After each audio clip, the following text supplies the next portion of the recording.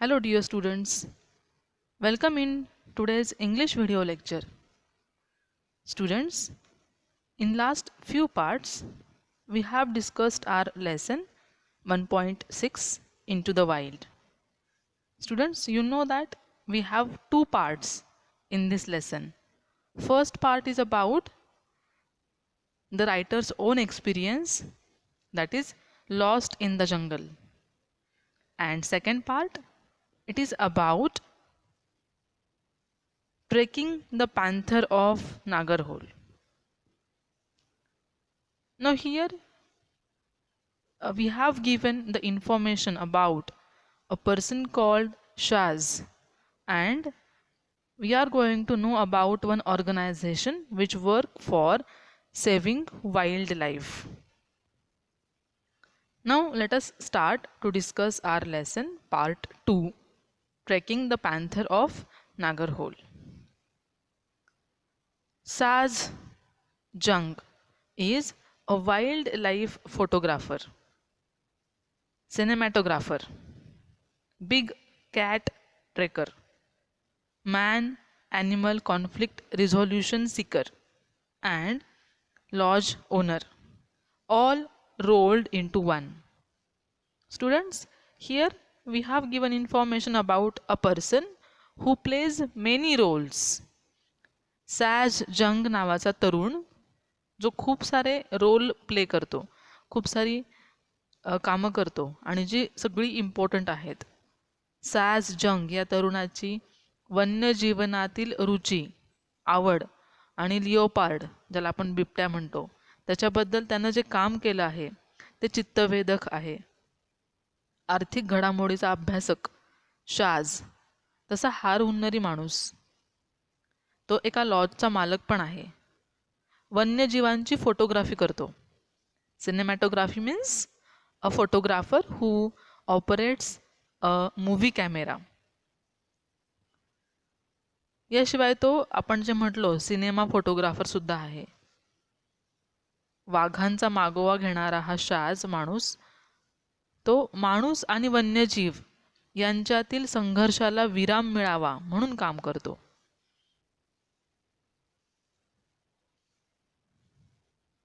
When he is away from the jungle of Nagarhole, officially called the Rajiv Gandhi National Park, he is leading photography safaris in Africa or showcasing his work at art galleries in capital cities and speaking to those interested in conversing the planet's riches. खूप साऱ्या प्रकारचे role तो play करतो. जेव्हा जेव्हा त्याला तो national पार्कमध्ये असतो, राजीव गांधी नॅशनल पार्कमध्ये, तिथली फोटोग्राफी जेव्हा तो करतो तेव्हा तो फुल तिथला असतो. आणि त्यानंतर he is also work as showcasing his work at art galleries in capital cities. जे काय त्याने फोटोग्राफ्स काढलेले आहेत, सिनेमाज तयार केलेले आहेत ऑन वाईल्ड लाईफ, ते सगळे तो नंतर आर्ट गॅलरीजमध्ये एक्झिबिट करतो. सो आपण जे म्हटलो की चित्तवेधक काम करणारा माणूस शाज जंग. You can see the images. Black Panther also is there. So Shaz recalls with great clarity the incident that ultimately leads to his answering the call of felines and over the career dedicated to finance. So here he shares one small experience. आपण जे म्हणतो की एखाद्या व्यक्तीच्या जीवनामध्ये असा एखादा प्रसंग किंवा घटना घडते आणि त्या घटनेमुळे त्याच्या आयुष्याला पूर्ण कलाटणी मिळते, त्याचं आयुष्य पूर्ण बदलून जातं. तसंच काहीसं शासच्या जीवनातही झालं आणि त्यानं त्याचं जीवन त्या दृष्टीनं जगण्याचा विचार केला किंवा ठरवलं. What is that experience? It was somewhere around sunset. अंधार पडायची, सूर्यास्ताची वेळ होती. The deer were calling, he says. We went around a blind turn, he continues, and up ahead on the path was this old leopard. You could tell he was past his prime. काय झालं तर it was evening time. नागरहोळेच्या कर्नाटकामध्ये जे आहे तिथल्या जंगलामध्ये फिरत असताना सूर्यास्ताच्या वेळी त्यांना 2 लेपर्ड दिसले. एक जो होता तो अतिशय वृद्ध झालेला म्हातारा होता आणि you could tell he was past his prime. जे काही तरुणपण जे असतं ते त्यानं पूर्ण त्याचं गेलं होतं आणि तो पूर्ण म्हातारा झाला होता असा एक त्याने लेपर्ड पाहिला. And deer they were calling. काहीतरी विशिष्ट संकेत देणारी ही घटना होती. जे सांबर होते, हरिण होते, ते मोठ्या मोठ्याने ओरडत होते. का तर त्यांना तिथं तो ओल्ड लेपर्ड दिसला होता. The jungle had taken a toll on him. He only had 3 canines. Canines? Sule म्हणतो आपण, दात Sule. His eyes were sagging. Sagging? Very dull, pale. एकदम वय झाल्यावरती, म्हातारे झाल्यावरती जी दृष्टी अधू होते, पुसट धुसर होते, तशी त्याची दृष्टी अधू किंवा पुसट झाली होती. Sagging. Close to his, close to this leopard, there was another very young, good-looking male who was soon to come into his prime. It was like looking at the past and the present. It was clear that there was going to be fight. त्यांना जे 2 leopard दिसले, तो त्यातला एक जो होता तो खूप म्हातारा होता आणि एक जो होता तो तरुण होता. जो म्हातारा होता लेपर्ड, त्याला फक्त तर 3च सुळे राहिले होते, की जे शिकारीचे दात आपण त्याला म्हणतो. आणि त्याचे डोळे पण फार निस्तेज झाले होते. And it was very clear that now they were going to fight. खूप क्लिअर होते की आता ते दोघं पण एकमेकांच्या समोर होते आणि त्यांच्यामध्ये आता फाईट होणार होती, लढाई होणार होती. Here we have tried to show you. एक जो आहे तो अतिशय असा तरुण लेपर्ड आणि एक असा वयस्कर झालेला म्हातारा, तोंडात दात नाही आहेत वगैरे, दृष्टी अधू झाली आहे, निस्तेज झाली आहे असा. आणि एकमेकांसमोर होते, आता काही क्षणातच त्यांच्यामध्ये भांडण लागणार होते, हे क्लिअर होतं. Unfortunately, the sun was setting and we had to leave. But the next morning, I went back to the spot. Sitting on a high rock was that young leopard. Blood was dripping from a gush across his face. He sat there like he was king of the jungle. I knew right then that he had taken over, that it was the beginning of a new journey for him and for me. So here is the turning point. आता त्या दोघा एकमेकांसमोर होते ते leopards आणि ते clear होतं की दे वर गोइंग टू फाईट. पण त्या क्षणी मग अंधार पडायला लागला होता सूर्यास्त असल्यामुळे, आणि अंधार पडण्याच्या आत त्यांना परत जायचं होतं. त्यामुळे सूर्यास्तामुळे ते परत फिरले. दुसऱ्या दिवशी जेव्हा सकाळी सॅज परत आले तेव्हा त्यांनी काय पाहिलं तर एका उंच खडकावरती तो जो यंग लेपर्ड होता, तो तरुण लेपर्ड त्या खडकावरती एकदम रुबाबामध्ये बसला होता. त्याच्या चेहऱ्यावरती खोल जखम झाली होती, त्यातून रक्त पण येत होतं आणि हे क्लिअर होतं की त्यांना ती कालची लढाई जिंकलेली होती आणि आता या सगळ्या परिसरावरती त्याचं राज्य असणार होतं. एक नवीन लाईफ त्याची सुरू होणार होती. एका ठराविक परिसरामध्ये ठराविक प्राण्यांचं वर्चस्व असतं. हा जो म्हातारा लेपर्ड होता त्याचं मे बी आधी वर्चस्व असेल, पण आता त्या दोघांमध्ये फाईट झाली आणि हा तरुण जो लेपर्ड होता तो त्या भागाचा आता राजा असणार होता. सो आपण जे म्हणतो बळी तो कानपिळी, आणि तोच नियम जंगलामध्ये पण होता. तो तरुण जो चित्ता होता तो आता नवीन त्यानं प्रवास सुरू केला होता ॲज अ किंग. आणि आता इथे शाज यांचा सुद्धा एक नवीन प्रवास सुरू झाला. तिथं मे बी त्यांना काहीतरी त्याने ठरवलं असेल त्यांच्या लाईफचं, अँड सो म्हणून ते म्हणतात की माझ्या पण लाईफची नवीन जर्नी सुरू होणार होती. Photographs of that leopard, the victor, surface as Saz named him. The victor means जो कुठला तरुण लेपर्ड जिंकला होता त्याचं तो जो विजयी लेपर्ड होता त्याचं नाव त्याने ठेवलं स्कारफेस म्हणून. तो जो विजयी लेपर्ड होता त्याचं नाव ठेवलं.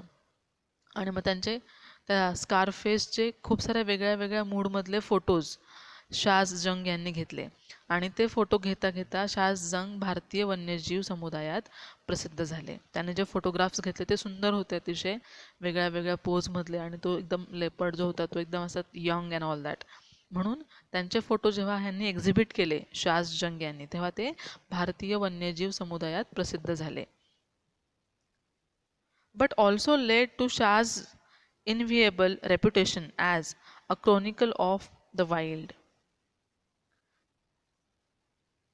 त्यांनी जे फोटो काढले होते, संकलित केले होते, त्या माहितीमुळे, त्या फोटोग्राफ्समुळे तो जंगल विख्यात लेपर्डमॅन म्हणून ओळखला जाऊ लागला. क्रोनिकल म्हणजे काय? यशोगाथा म्हणतो आपण. तर त्यांनी त्यांचं जीवन यशस्वीरित्या सुरू केलं.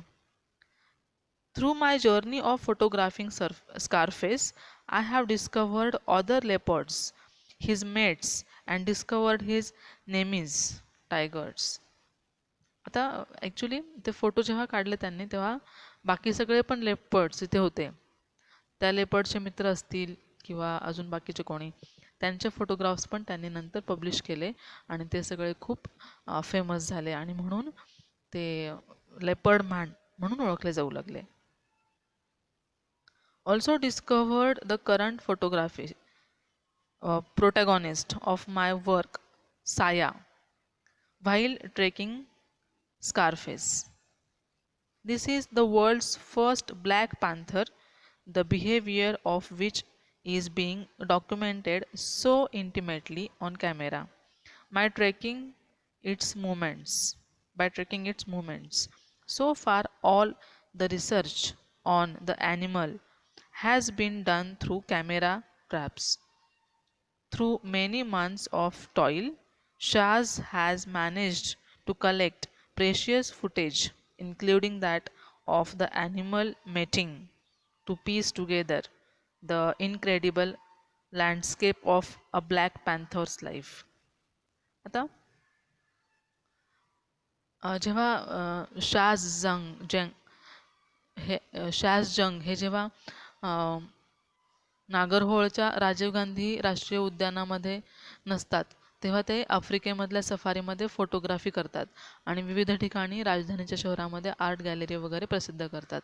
मीनव्हाईल त्यांनी जे फोटोग्राफ्स काढले, जे व्हिडिओज घेतले, ते घेत असताना, स्कारफेसची फोटोग्राफी करत असताना शाजला इतर लेपर्डचा पण शोध लागला. त्यांच्यापैकीच एक ब्लॅक पॅन्थर म्हणजे साया, त्याचं नाव ठेवलं साया. या ब्लॅक पॅन्थरबद्दलची सगळी सूक्ष्म माहिती, त्याचं मुवमेंट्स असतील, बिहेवियर असेल, ही सगळी माहिती त्यांनी कॅमेऱ्याद्वारे टिपली आणि डॉक्युमेंटरी पण तयार केली. फक्त कॅमेरा ट्रॅप्समधून मिळवलेली माहितीच नव्हे, तर प्रत्यक्ष प्राण्यांच्या मागावर राहून त्यांच्या जीवनातल्या सगळ्या घटना प्रत्यक्ष कॅमेऱ्यामध्ये वेध घेऊन विश्वास बसणार नाही अशा सगळ्या माहिती किंवा घटना त्यांनी मिळवण्याचा प्रयत्न केला आणि तो जो प्रयत्न होता तो अतिशय यशस्वी ठरला. सगळं त्यांनी कॅमेरामध्ये रेकॉर्ड केलं आणि त्यासाठी त्यांनी अविश्रांत श्रम पण घेतले, काम पण केलं. So one movement captured here and with his professional camera, Saz with his professional camera. साया, स्कारफेस अँड पॅरडस. आता हे काय आहे, तर ही 3 नावं आहेत जी त्यांनी तिथल्या लेपर्ड्सना दिली होती, तिथल्या बिबट्यांना दिली होती. The leopard that lost to Scarface have also led us down a different path of discovery.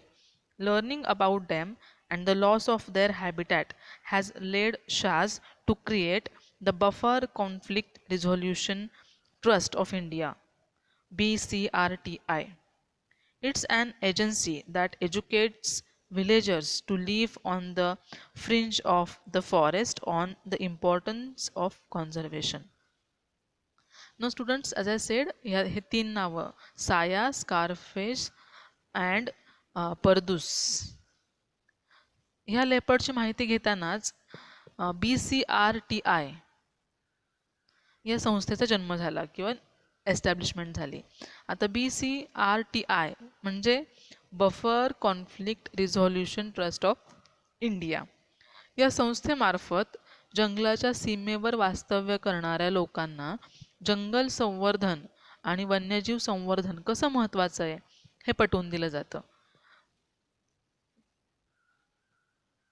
कारण वन्यजीव संवर्धन म्हणजे प्रोटेक्शन. त्या जंगलातले सगळे प्राणी पक्षी इन्सेक्ट्स झाडं झुडपं या सगळ्यांचं संवर्धन झालं पाहिजे. त्यांचं ते सगळे वाचले पाहिजेत, त्यांचं वाढ झाली पाहिजे.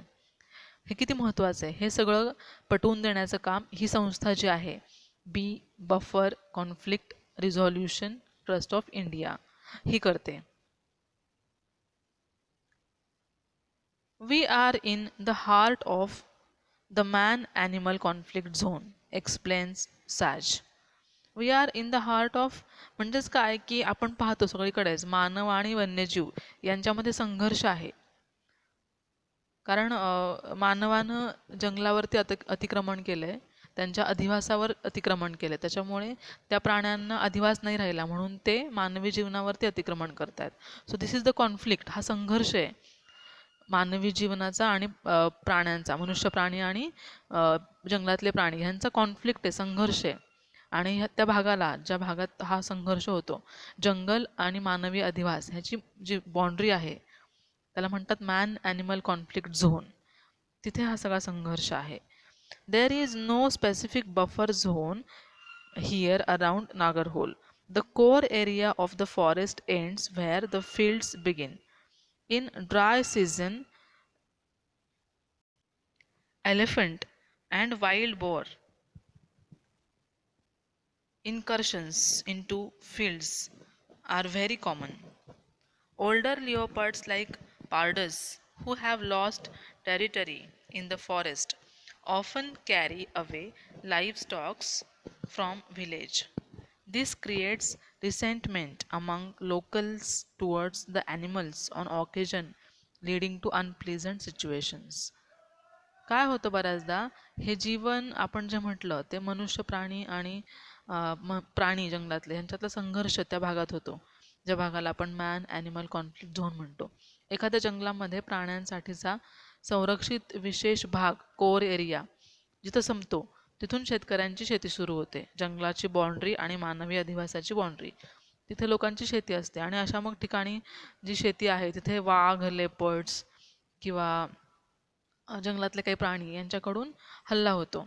आणि मग अशा प्राण्यांकडून लोकवस्तीतील जे काही पाळीव प्राणी आहेत, गाई बैल, यांच्यावर हल्ला होऊन ते मारले जातात किंवा पळवले जातात त्या शिकार करून. मग असं नुकसान झाल्यामुळे होतं काय की माणूस बदला घेण्याच्या दृष्टीनं किंवा आपण त्याला प्रतिशोध म्हणतो त्या भावनेतून त्या वाईल्ड ॲनिमल्सची शिकार करतात. म्हणजे हे व्हाईस वर्सा होतं. मानवानं त्यांच्या जागेवरती अतिक्रमण केल्यामुळे ते जंगली प्राणी पुन्हा मानवी पाळीव प्राणी जे आहेत त्यांच्यावरती हल्ला करतात आणि दोघांचं एकमेकांबद्दलचं जी भावना आहे, एकमेकांबद्दलची बदल्याची भावना ती वाढत जाते. आपण त्याला रानडुक्कर वगैरे म्हणतो आणि एलिफंट्स. आता हे सगळे जंगलामधले प्राणी आहेत आणि जंगलाला लागून असलेली शेती जी आहे त्या शेतीचंही नुकसान करतात. त्या शेतीमध्ये येणारे जे काही पाळीव प्राणी असतील त्यांच्यावरती हल्ला करतात. Putting tourist currency to good use under the BCRTI umbrella. SARS provides local with vocational training with the aim of educating locals on the merits of conservation and to help them benefit from tourist currency. The visitors at the resort are welcome to volunteer to teach a skill training class of their choice. The required skills enable locals to find employment with any of the numerous wildlife resort in the region, if not in the faraway city. No students, आपण जे पाहिलं की there is a coral conflict between wild life and human life. मग अशा परिस्थितीमध्ये ही परिस्थिती जर टाळायची असेल, म्हणजेच जो मानव आणि वन्यजीव यांच्यातला जो संघर्ष टाळायचा आहे त्यासाठीच ही जी संस्था आहे BCRTI ही काम करते. ह्या संस्थेकडे टुरिस्टच्या माध्यमातून जो काही पैसा जमतो पैशाचा उपयोग या भागातल्या लोकांना विविध उद्योगांचं शिक्षण दिलं जातं. काही प्रवासीसुद्धा या लोकांना नवनवीन कामांचं प्रशिक्षण देतात, मोफत देतात आणि ते त्यांना रोजगार मिळण्यासाठी मदत करतात. काहींना तर अभयारण्याच्या रिसॉर्टमध्ये सुद्धा काम मिळाले. म्हणजेच काय, एकंदरीत ह्या म्हणजे ह्या वाईल्ड लाईफचा उपयोग जीवनचरितार्थासाठी केला जातोय.